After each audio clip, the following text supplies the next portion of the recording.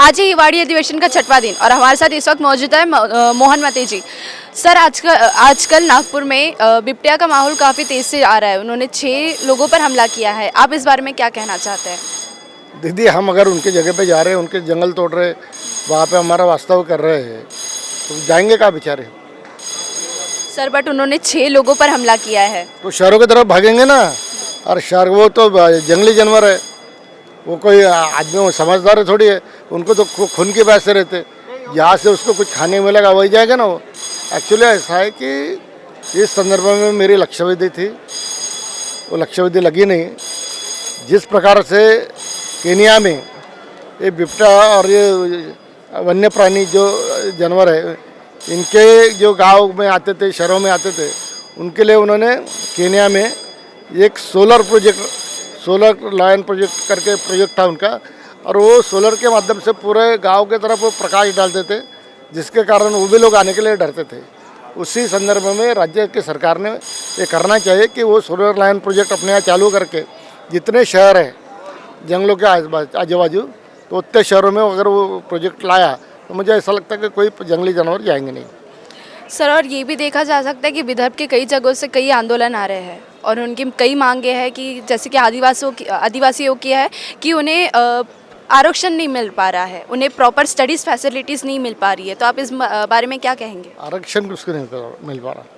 उन्होंने कहा था कि कई उन्होंने प्रॉपर्टीज़ वगैरह जो रहती है कि कई जिलों से जो प्रॉब्लम सही बाढ़ वगैरह आई है, उनके मुद्दे हैं कि उन्हें इसमें कुछ। ये वो बराबर है। इस साल जिस प्रकार से बारिश आई, 60% बारिश आई, और मुझे ऐसा लगता है कि वो जो किसान अभी पहले जैसे थे ना, 200 एकड़ 300 एकड़, अभी किसान 1 एकड़ 2 एकड़ 1.5 एकड़ ऐसे किसान हैं, अल्पभूधारक किसान हो गए सब।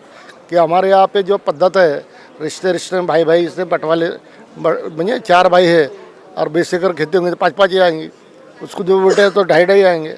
तो इस शिकार से सब अभी विषय हो गया।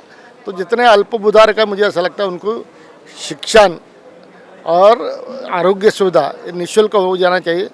जहाँ के वो कुछ भी हो तो उसको 2 रुपये का खर्चा नहीं, वो बेचारा खाएगा क्या, बच्चों को पढ़ाएगा क्या। इस प्रकार के अवसर शासन जितना कर रही गरीबों के लिए, तो मुझे ऐसा लगता है ये संदर्भ में जो अल्पभूधारक क्षेत्रीय किसान है, तो कोई भी समाज का हो, उसके लिए ये न्यायोचित काम। उसको कोई एडमिशन लेना तो कोई फीस नहीं लगेगी, कुछ नहीं लगेगी। जैसा आरक्षण के संदर्भ में अपन बोलते मराठा वाले बोला, लेकिन उनके बच्चों को जो गरीब है तो बेचारे बेयर नहीं कर सकते, तो भी उनको फीस भरना ही भरना है। तो ऐसा जो है, तो किसानों के जो बच्चे हैं, जो अल्पभूधारक किसान हैं, उनके बच्चों के लिए पूरी व्यवस्था सरकार के माध्यम से हो जाने की, ऐसा मुझे लगता है। सर, अधिक मात्रा में शिक्षक भी आंदोलन पर बैठे हुए हैं कि उनका है कहना है कि पिछले उन्हें 10 महीने से उन्हें वेतन नहीं मिल पाया है। तो आप इस मुद्दे पे क्या कहेंगे? कौन से शिक्षक को 10 महीने में वेतन नहीं मिला? उन्होंने कहा है कि और बहुत से अधिक मात्रा में शिक्षक आंदोलन पर बैठे हैं, भूख हड़ताल पर बैठे हैं। देखो कैसा है, महानगर पालिका के शिक्षक है, जिला परिषद के शिक्षक है, राज्य सरकार के शिक्षक है, जिलाधिकारी शिक्षक ना। जिलाधिकारी तो कलेक्टर को बोलते हैं ना, जिलाधिकारी।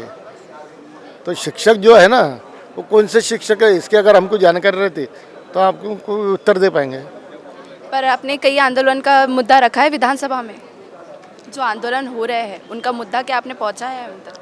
दीदी, ऐसा है कि हमने जितने क्वेश्चन डाले सभी एमएलए ने, मैं अकेला नहीं, विरोधी पक्ष के भी और सबके बैलेट में आते नहीं, क्योंकि हमारा जितने जो समय है उसमें जितने क्वेश्चन हो सकते उतने लगते। इसलिए कब हमारा दिन में एकाधिक क्वेश्चन लग गया तो हम सोचा। अभी कल ही मैंने एक तारांकित प्रश्न लगा था, वो शिक्षकों के प्रति था। जो जिला परिषद के शिक्षक है, उनके ट्रांसफ़र के संदर्भ में था, और उनके ट्रांसफ़र के संदर्भ में मैंने जो गोरे साहब है हमारे मिनिस्टर, उन्होंने उसका उत्तर भी अच्छा दिया। तो मुझे ऐसा लगता है कि शिक्षक रहे, कोई भी रहे, यहाँ इस देश का, महाराष्ट्र का कोई भी नागरिक हो, उसका कोई भी क्वेश्चन हो, वो क्वेश्चन छिड़वाने के लिए यहाँ के सभी एमएलए कटिबद्ध है। उनको लगता है कि किसी के ऊपर अन्याय ना हो, सबको न्याय मिलना चाहिए। तो जैसे कि आपने देखा कि मोहन मती जी ने कहा है कि उन्होंने अपने मुद्दे विधानसभा में रखे हैं, लेकिन अभी इन मुद्दों पर कोई एक्शन नहीं लिया है। आगे की जानकारी के लिए देखते रहिए महान्यूज़ 7। कैमरामैन प्रवीण सूर्यवंशी के साथ मैं अश्विनी चौहान।